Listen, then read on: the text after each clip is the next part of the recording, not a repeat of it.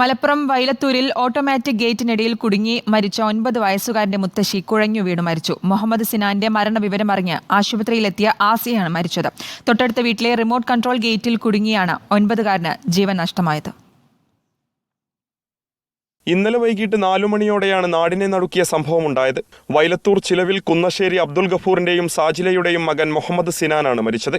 അടുത്ത വീട്ടിലെ automatic gate കടന്ന് പള്ളിയിലേക്ക് നമസ്കാരത്തിന് പോകുമ്പോഴാണ് മുഹമ്മദ് സിനാൻ ഗേറ്റിൽ കുടുങ്ങിയത്. ഗേറ്റ് മറികടന്ന ഉടനെ വേഗത്തിലടയാൻ സിനാൻ സ്വിച്ചിട്ടതോടെയാണ് അപകടമുണ്ടായത്. സിനാൻ പുറത്തെത്തുന്നതിനു മുൻപേ ഗേറ്റ് അടഞ്ഞു. കുട്ടി ഗേറ്റിനുള്ളിലൂടെ ചരിഞ്ഞു കയറാൻ ശ്രമിച്ചതിനാൽ സെൻസറിംഗിലും തിരിച്ചടിയായി. ഇതോടെ റിമോട്ടും സ്വിച്ചും ഉപയോഗിച്ച് പ്രവർത്തിക്കുന്ന ഗേറ്റിനുള്ളിൽ കുഞ്ഞു കുടുങ്ങുകയായിരുന്നു. സംഭവ സമയത്ത് അപകടം നടന്ന വീട്ടിൽ ആളുണ്ടായിരുന്നില്ല. ഏറെ നേരം ഗേറ്റിനുള്ളിൽ കുടുങ്ങിക്കിടന്ന കുട്ടിയെ അയൽവാസിയാണ് ആദ്യം കണ്ടത്. ഉടനെ ആശുപത്രിയിലെത്തിച്ചെങ്കിലും ജീവൻ രക്ഷിക്കാനായില്ല. ഇത് നടക്കുന്നത് എൻ്റെ വീടിന്റെ ഒരു 20 മീറ്റർ ദൂരത്താണ്.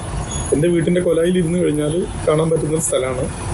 അപ്പോൾ ഞാൻ വൈകുന്നേരം ഒരു 4:10 സ്കൂൾ വിട്ട് വീട്ടിൽ വരുന്ന സമയത്ത് ഈ വീടിന്റെ ഗേറ്റിന്റെ മുമ്പിലെത്തിയപ്പോൾ ഒരു കുട്ടി തല കുടുങ്ങി ഗേറ്റിൽ കുടുങ്ങി നിൽക്കുന്നതായിട്ട് കണ്ടു. വിവരമറിഞ്ഞ ആശുപത്രിയിലെത്തിയ കുട്ടിയുടെ മുത്തശ്ശി കുഴഞ്ഞു വീണു മരിച്ചു. ഗഫൂറിന്റെ മാതാവ് പാങ്ങ് കല്ലങ്ങാട്ടുകുഴിയിൽ ആസ്യ രാത്രി 12 മണിയോടെയാണ് ആശുപത്രിയിൽ വെച്ച് മരിച്ചത്. മഞ്ചേരി മെഡിക്കൽ കോളേജിലെ പോസ്റ്റ്മോർട്ടം നടപടികൾക്ക് ശേഷം മൃതദേഹം ബന്ധുക്കൾക്ക് വിട്ടു നൽകും.